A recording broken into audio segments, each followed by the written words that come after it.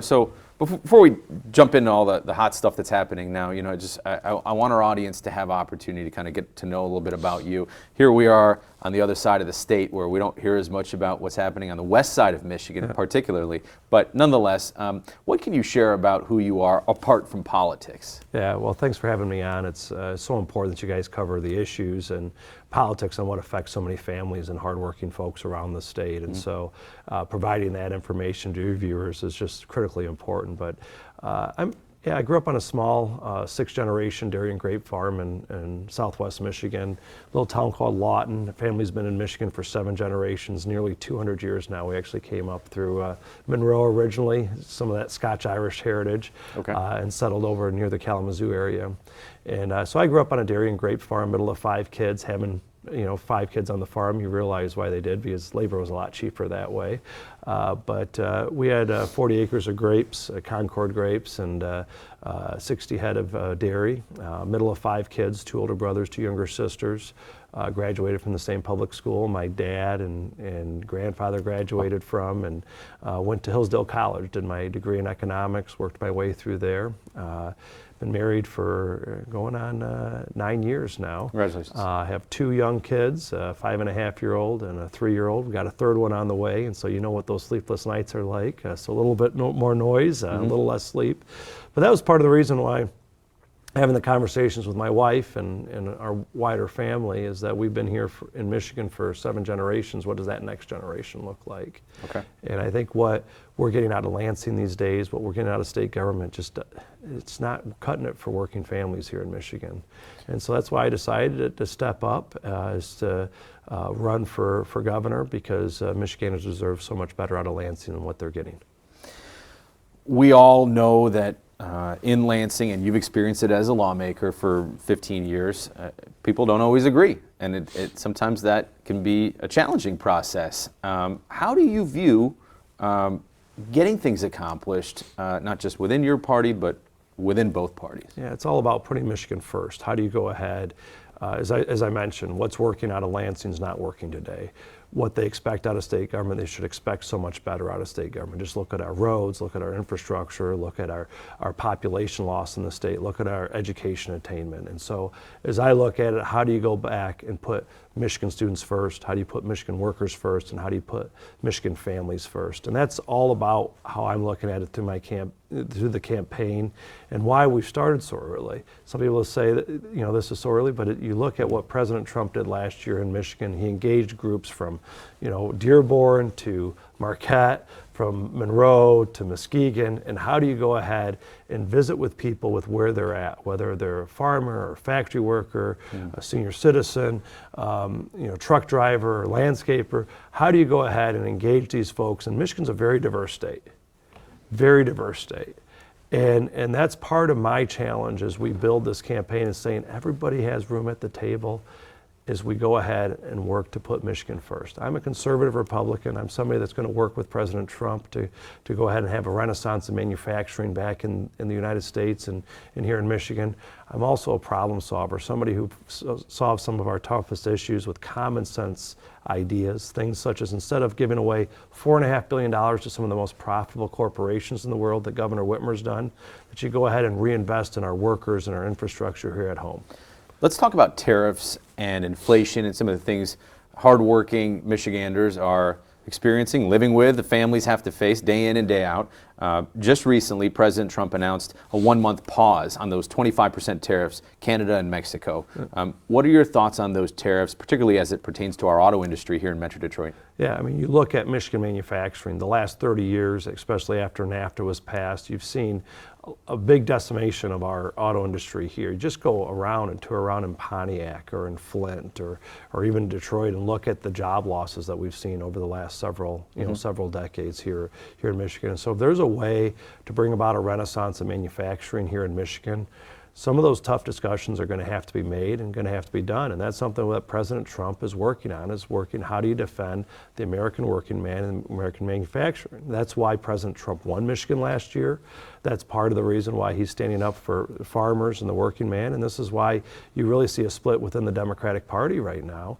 You see the UAW saying it's about time that somebody actually brings on some of these policies. And at the end of the day, the last 4 years with what's happened with the cost of living and inflation here in America, and specifically on Michigan families, they've taken the average family in Michigan's taken a $12,000 pay cut because of inflation and what's happened at the federal level.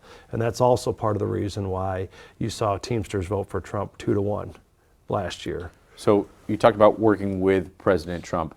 Does that mean you see a benefit to the tariffs in this case? Well, let's bring folks to the table. Let's go ahead and solve these problems here in Michigan. And at the end of the day, as you look at it, how do you go ahead and create the environment here in Michigan for businesses, for job creators to actually grow?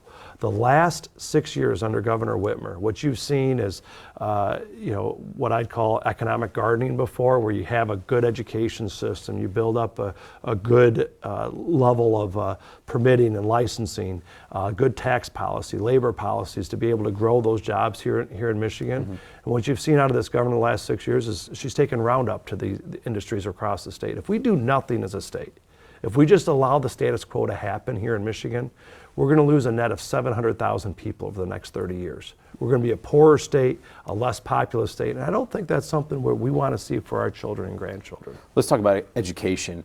Where do you fall on education? What would be your plan? Is it about giving more funding, especially if the states may have to take on a larger role if there's less input federally, as President Trump has suggested?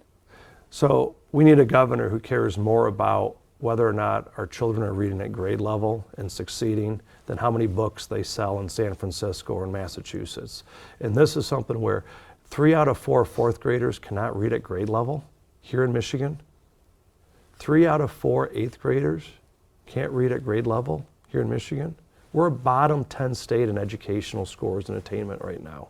That's a disaster. We're sliding backwards instead of going forward. And part of the challenge is this governor's removed a bunch of accountability measures from our public education system, and we need to reinvigorate and empower families and students, and I'd say through accountability and through choice. And as you look at it, 4 years ago, last week, the legislature passed scholarships for students falling behind in reading because of the COVID lockdowns. This Governor Whitmer, vetoed those $1,000 scholarships to allow tutors to help those students catch up. And yet the governor last week talked about how poorly our educational attainment is in the state. So we need to get back to basics instead of 70 pronouns in our schools and allowing biological men play against our young daughters in sports. We need to get back to basics in elementary and middle school, reading, writing, arithmetic, and we need to get to career pathways, whether they're going on to college or whether they're going to career and technical education in high school. We need to, I'd say, blow up this merit curriculum and allow students to figure out what that spark is to mean to success. You mentioned roads and potholes.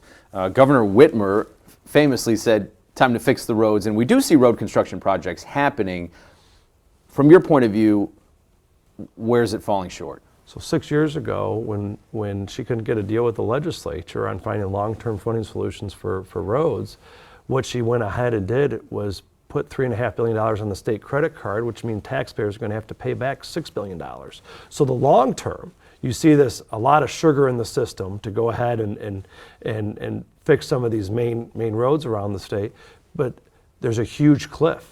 There's a long-term solution that needs to be taken, and this is why legislative Republicans, recently introduced a plan to put $3 billion more into roads and bridges every year, ongoing, instead of what the governor did of putting it all on the credit card. And so 100% of the gas taxes at the pump should be going to roads and bridges. There's nearly $1 billion that are not going to roads and bridges right now.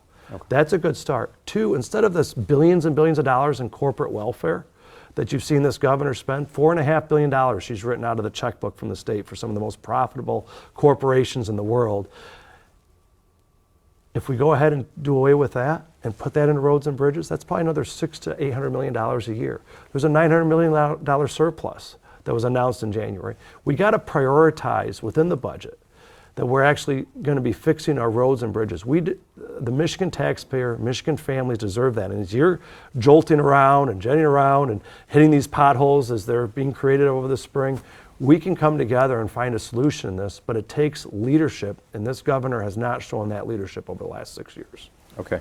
On the topic of women's reproductive rights, Michigan made it part of the state's constitution that abortion would be legal. Would that be something that you would want to see changed, or would you leave that where it is now? Michigan voters spoke in 2022. Michigan voters, there was a nearly 14-point margin, put it in the state constitution.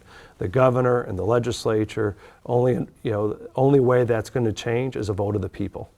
Okay. So we got to look at ways of how do you have access to OBs. I mean, I have a new baby coming, my wife and I, in April. Mm-hmm. And, we have, this will be our third one. And how do you go ahead and have access to OBs, and whether it's rural areas or urban areas? And I think there's a real challenge right now with how do you have a pro-family policies of saying when people want to have families to be able to have access where it's needed. In terms of health care? Yes. Okay. Let's talk about a difficult topic, but school shootings and violence. I've covered numerous school shootings. You talk about the first Michigan State, prior to that Oxford, and even at the splash pad in Rochester Hills. What is your view on how we prevent this from happening time and again? Yeah, when we were growing up, we just didn't see it, did we? So what? I mean, I guess you could look at Paducah in the late '90s. The first one. So what's going on in terms of our mental health system? What's going on in terms of our behavioral health system? You see it the last 5 years ago with COVID lockdowns, telling people you're not critical, you're not, you shouldn't be, you need to be laid off or other things. That hits people in a mental health way, in a behavioral health way, in a big way. I think we need to figure out that instead of the largest mental health institution in most of these counties is the county jail. Yeah. We need to figure it out on the behavioral side, intervention and early preventative violence. And what does that look like? What does that mean? And I think as you look at it, that there's consequences, there's right or wrong, there's evil people in this world. How do you make sure you lock them up and get stored away? But those that are needing help, I think 40 some years ago when we deinstitutionalized so many of these folks around the nation, we got to look at ways of how do you make sure that people with mental health issues get that early and accessible help. And also sometimes that means that you're required to put them away. I mean, it's something where if they're a harm to themselves or harm to others. We've seen it passed in Lansing, the safe storage laws. In fact. Well, beyond that. Yeah. It's beyond that. It's to looking at how do you do some of that early interventions. And for prosecutors, giving those tools to prosecutors. You look at the Michigan State University shooter. There was warning sign after warning sign after warning sign, and there was a woke left-wing prosecutor that wouldn't prosecute them for their earlier crimes. That could have been prevented if the prosecutor had the tools to actually put them away and into jail. And instead, it was somebody that was saying there is no such thing as right or wrong or good and evil, that everybody can get rehabilitated. Some people can, and I support some of those programs, but other people need to be locked away. Period, paragraph. There's evil in this world that needs to be taken care of. And our law enforcement officers are doing the best they can. The last 5.5 years of what you've seen come out of, whether it's the coastal elites and some of these anti-policing movements and defunding the police, I'm saying we got to tell law enforcement we have their back. Do we need more money for school resource officers, in your opinion? I think it's, you look at over the last 6 years, the school aid fund has went up over 50% over the last 6 years. There's money and resources there. How do you go ahead and apply that and appropriately invest in what needs to happen? You have seen in terms of school resource officers that as I've talked to law enforcement officials and county sheriffs across the state, that it helps create that connection with a lot of students. I mean, let's be honest, over the last several decades, we've lost a lot of sense of community, a lot of sense of patriotism, a lot of sense of gathering together as a community, whether it's in church or whether it's in community events. And I do think having that work and relationship with whether it's a deputy or a school resource officer, I think it's important. What are some of the other feelings you have just about kind of the state of things now? I mean, we do see a lot of division in politics. Oftentimes, people are attacking one another. They believe differently rather than saying, where is our common ground? And let's start there. How do you bring unity to Lansing? Well, at the end of the day, it's coming back to policies and issues and actually being able to solve problems. And I think so much of the time, people are covering things, whether it's in the news, that it's only the division that's covered, it's only the violence instead of people doing good. And I know sometimes you try to go out of your way to say, give those stories of people that are volunteering, 50 hours a week, and giving those folks. And I think each of us can do our part of saying that we're all, as a state, let's come together and let's figure this out, because we have some real serious issues. If we do nothing, keep the status quo in Lansing, we're going to lose another 700,000 people in Michigan over the next 30 years. One of your, if you get the nomination, it could set up a scenario where you would be the Republican nominee, and then we could see a Democrat. We'll see a Democratic nominee, and then we would maybe even see an independent nominee. How does the race change having an independent candidate who's of high profile, as in Detroit Mayor Mike Duggan? Yeah, I'll let the political prognosticators figure that out. Yeah. I'm going to provide a positive vision for Michigan, a vision that says the status quo in Lansing is not working. Michigan families and workers deserve so much better out of their state government than what they're getting today. And that's all part of that Michigan First agenda I've talked to you about. Michigan students first, Michigan families first, and Michigan workers first. And I'm going to build out that agenda to say, instead of billions of dollars in corporate welfare, we're going to make sure that working families get a break. That instead of going ahead and having 70 pronouns in schools, that we get back to basics, that Johnny and Lucy's actually able to read at grade level in fourth grade.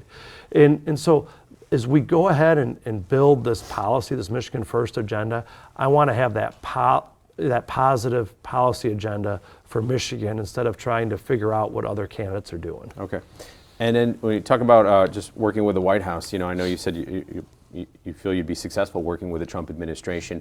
Is there anywhere where you would break with the Trump administration on any of the issues, or are you pretty much in support of the things that you're seeing? I think as you look at President Trump and what they're working on, day one they've been rooting out DEI and the wokeness in our federal institutions and our schools. I'm going to join with him to work on that. Push, these criminal illegal aliens that are here in this nation. We've seen shootings, sexual assaults against, kids, folks that are robbing and stealing from houses. We need to get these criminal illegal aliens out of this country. A reinvigoration on finding waste and eliminate waste in government. You look at the DOGE, Department of Government Efficiency. I think this is something that we need to work on here in Michigan, is actually root out inefficiency and government waste here in Michigan. I mean, state government's grown by over 40% over the last several years. Has anybody seen a 40% increase in terms of the services that they're providing, or an increase in the quality of the roads that they see? Or in our education attainment's actually going backwards, where 3 out of 4 fourth graders can't read at grade level. And so we got, just like President Trump shaking up the status quo in Washington, D.C., we need to shake up the status quo in Lansing, because at the end of the day, are we going to become a wealthier state with more people, with people that are able to succeed, or are we going to be a poorer state with less people, with less educational attainment? And I want our best days in Michigan to be ahead of us instead of behind us. Good. I feel like you touched on a lot of the main stuff. Is there anything else that you feel like, a big part of what you want to get at that maybe I forgot to ask about, or anything else you want to hit on? I mean, it's continuing to say and meet people with where they're at. And so what I mean by that is that the reason why I started so early is that I can go ahead into these very diverse areas, from Ironwood down to Monroe, from Port Huron over to Muskegon. Michigan's a very diverse state. We have a diversity in whether it's agriculture, manufacturing, national heritage. Leave all those fights overseas. I mean, I'm an Irish Protestant. My best friend growing up was an Irish Catholic. But we left those fights overseas. And I think at the end of the day, people want their roads better, their schools better. Instead of sending taxpayer money into some of the most profitable woke corporations in the world, they want to see it making a difference here at home. And that's something that I'm going to bring to this table as a Michigan First agenda that puts our students first, our families first, and our workers first.